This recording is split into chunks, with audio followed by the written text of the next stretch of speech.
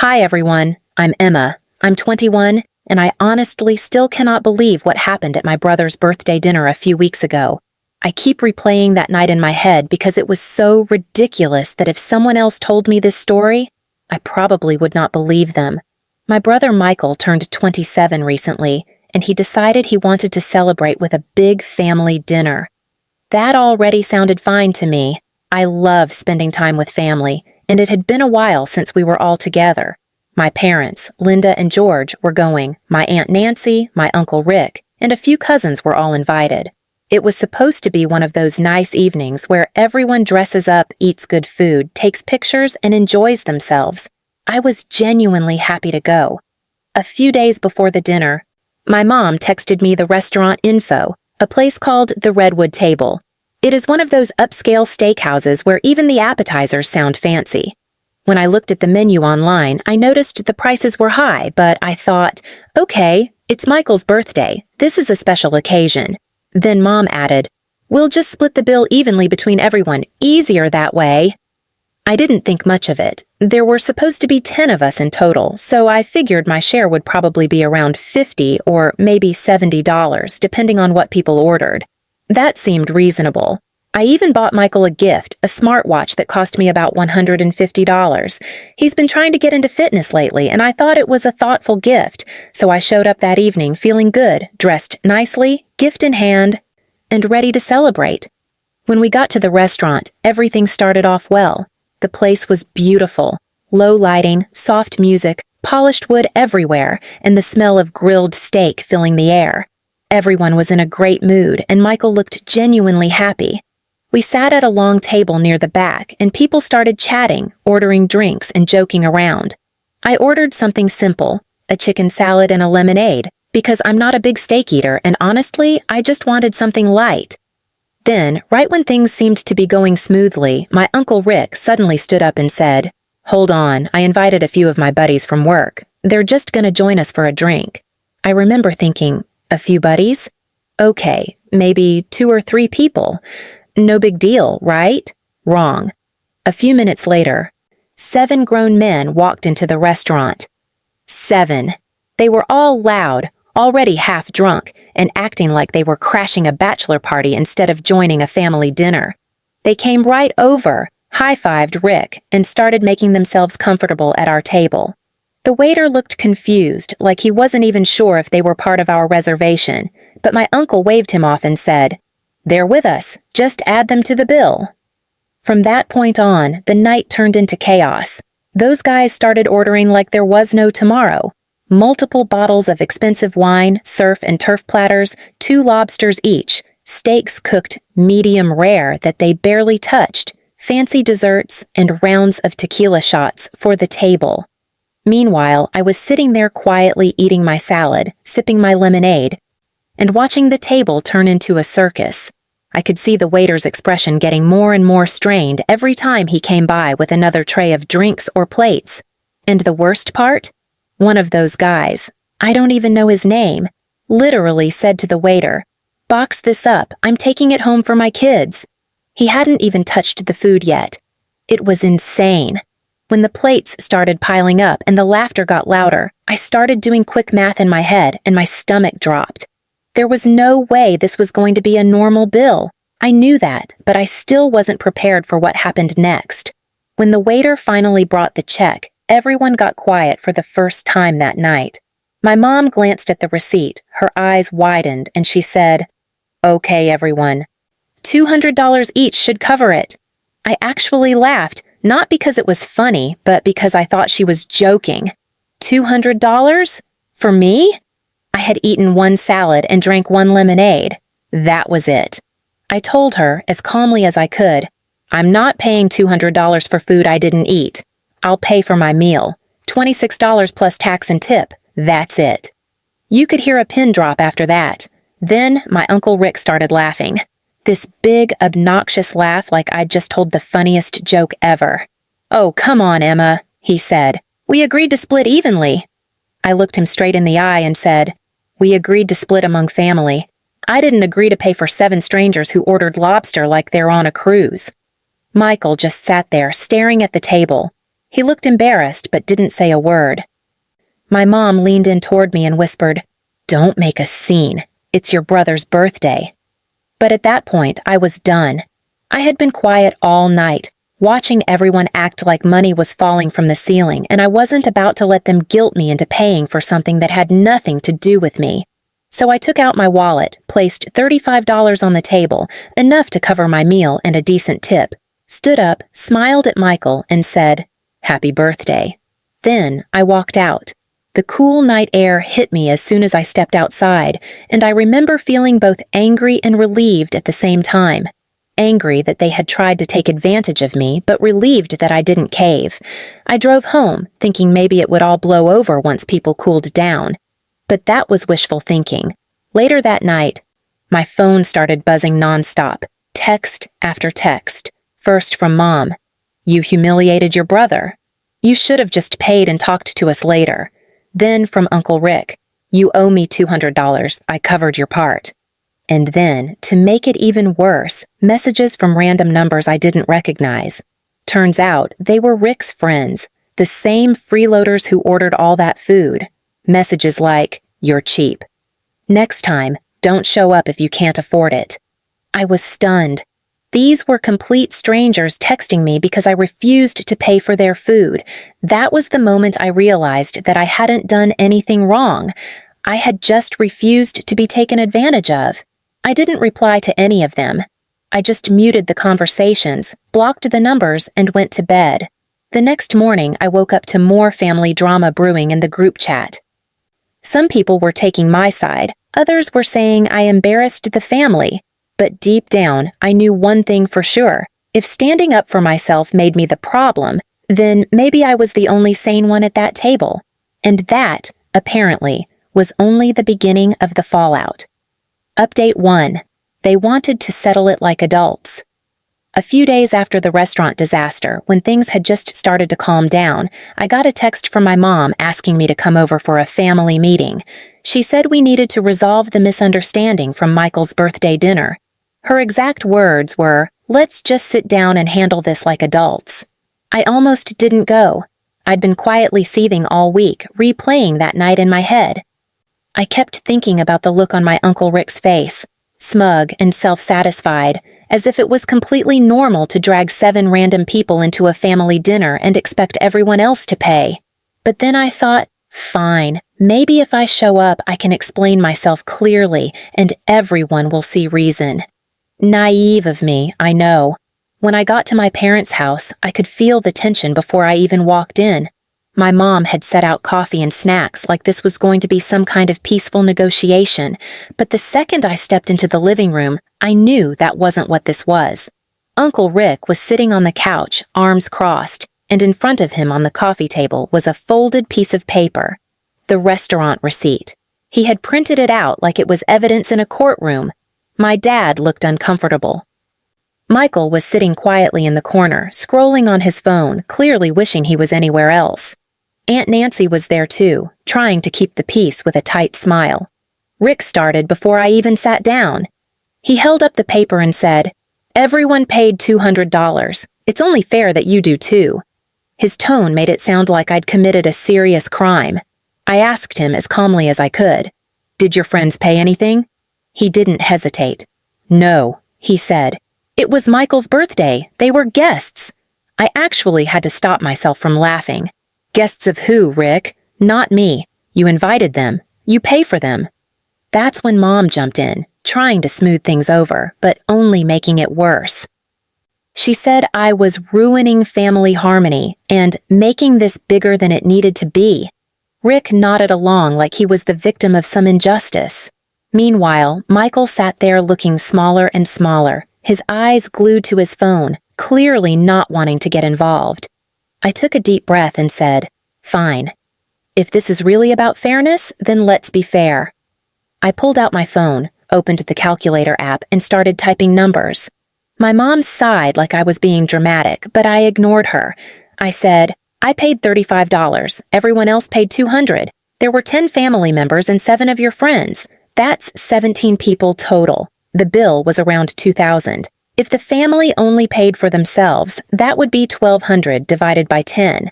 $120 each, which means I actually overpaid. You owe me $85. The room went dead silent. I mean, dead silent. You could hear the refrigerator humming in the kitchen. Then Nancy, bless her, started laughing, not a polite chuckle. She actually bent over and started crying from laughing so hard. My mom looked horrified. My dad looked like he wanted to disappear. Rick turned bright red, his jaw tightening, his hands gripping the armrest like he wanted to flip the coffee table over. He finally said, "You're insane." I smiled and said, "No, just better at math." And then I got up, grabbed my bag, and walked right out. I thought that was the end of it. I figured they'd all just stew in silence and eventually it would blow over. But I underestimated Rick. 2 days later, my Aunt Nancy called me out of the blue. Her tone was half amused, half exasperated. She told me she'd had enough of Rick's nonsense and wanted to tell me something. Apparently, after that dinner, Rick had gone around bragging to his friends that the family was paying for dinner.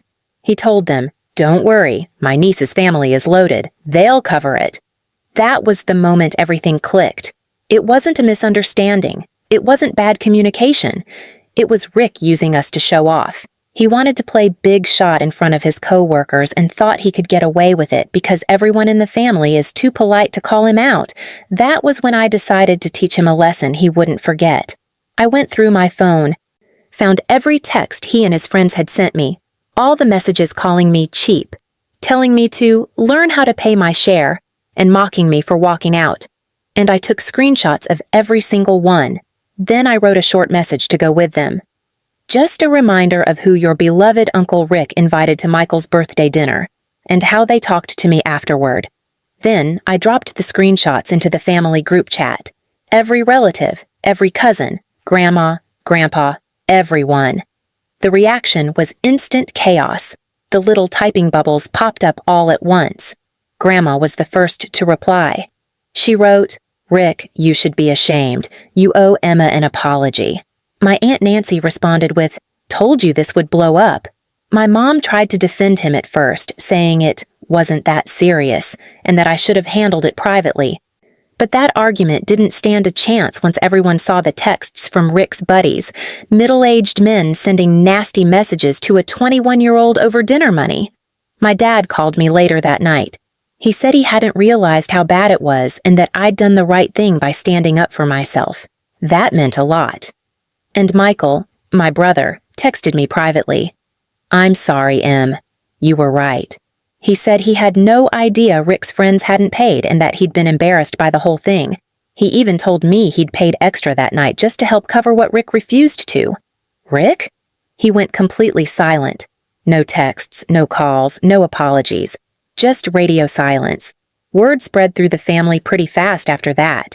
Apparently, Rick's coworkers found out too. Nancy told me one of them mentioned it jokingly at work, asking if he was planning another all-expenses-paid family dinner. He was furious. Now, every time there's a family gathering, Rick mysteriously can't make it. I can't say I miss him. It's been a few weeks since then, and honestly, I don't regret anything. I didn't plan to start family drama, but I'm done being the quiet one who pays to keep the peace. Sometimes you have to let people embarrass themselves, and Rick did that perfectly, with a little help from the truth. And as Grandma said in her final message to the group chat, if Rick wants to play host, he can pay the bill next time.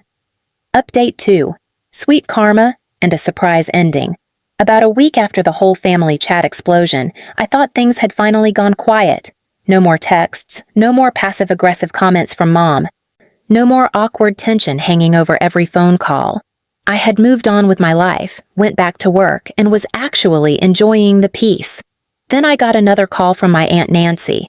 The second I heard her voice, I could tell something was different this time. She sounded absolutely delighted, the kind of laugh where you can practically hear someone grinning through the phone. I didn't even have to ask what was going on. She immediately launched into the story, and by the time she finished, I was sitting on my couch with my jaw hanging open, trying not to laugh too loud. Apparently, Uncle Rick's ego just couldn't handle what happened. After being called out in front of the entire family, he decided he was going to prove that he was still a man of status. To make himself look important again, He bragged to his coworkers about his supposed connections at the Redwood Table, the same restaurant where all this started. He told them he knew the manager personally, that they loved him there, and that he could get them a deal if his company wanted to host a dinner. So, a few days later, Rick actually called the restaurant and tried to reserve a massive table for his company's department event. He wanted to look like the big man again, the one who could wine and dine everyone, play the generous host, and rebuild whatever dignity he thought he'd lost. Only there was one very small problem. The restaurant manager recognized his name instantly. Apparently, after our disastrous birthday dinner, the story hadn't just stayed in the family. One of Michael's friends, who had been at the restaurant that night and had seen everything unfold, had written a detailed Yelp review about the chaos. It wasn't nasty or personal, just honest. It mentioned how a man named Rick invited a group of non-paying guests, left the rest of the table with the bill, and caused a scene when one person refused to cover strangers. It didn't take long for that review to go semi-viral in our area.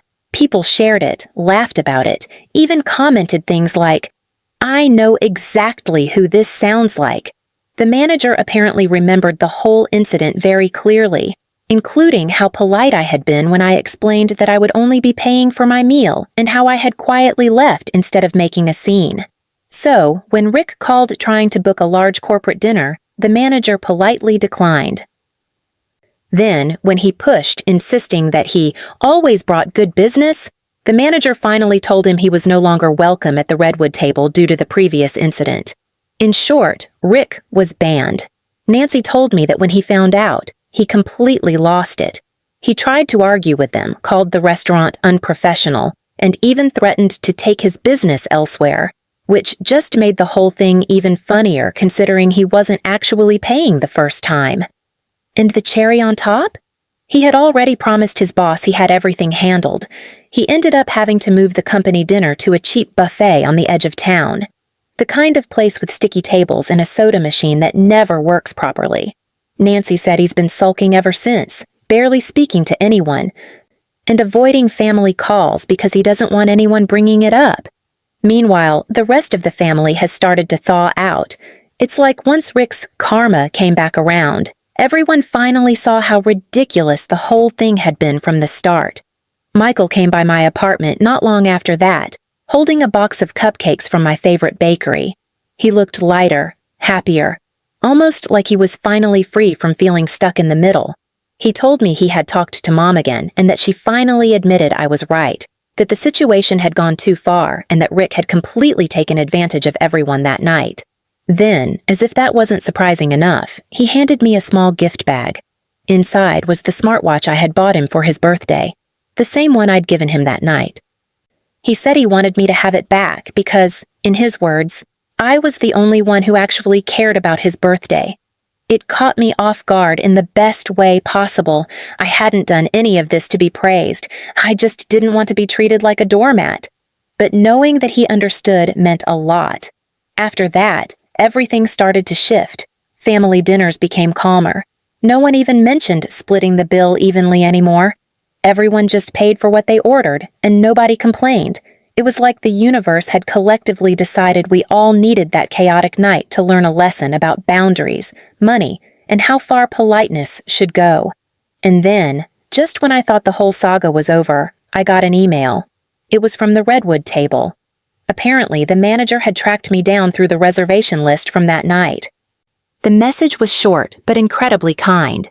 They thanked me for being respectful during the chaos, said they had seen the online review and recognized my name from the receipt, and told me they appreciated how I'd handled myself.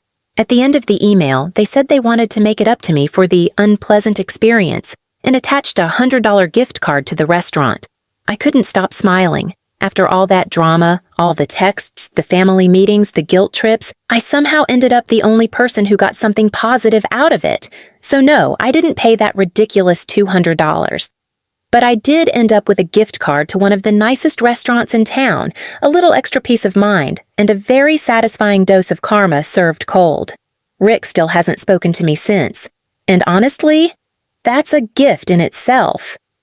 He's been humbled in all the right ways. The family's learned to keep their wallets separate, and I've learned that standing up for yourself doesn't make you difficult. It just makes you someone who won't be taken advantage of again. And every time I look at that gift card sitting in my kitchen drawer, I can't help but laugh a little. Because somehow, against all odds, I ended up with the sweetest ending imaginable, dessert included.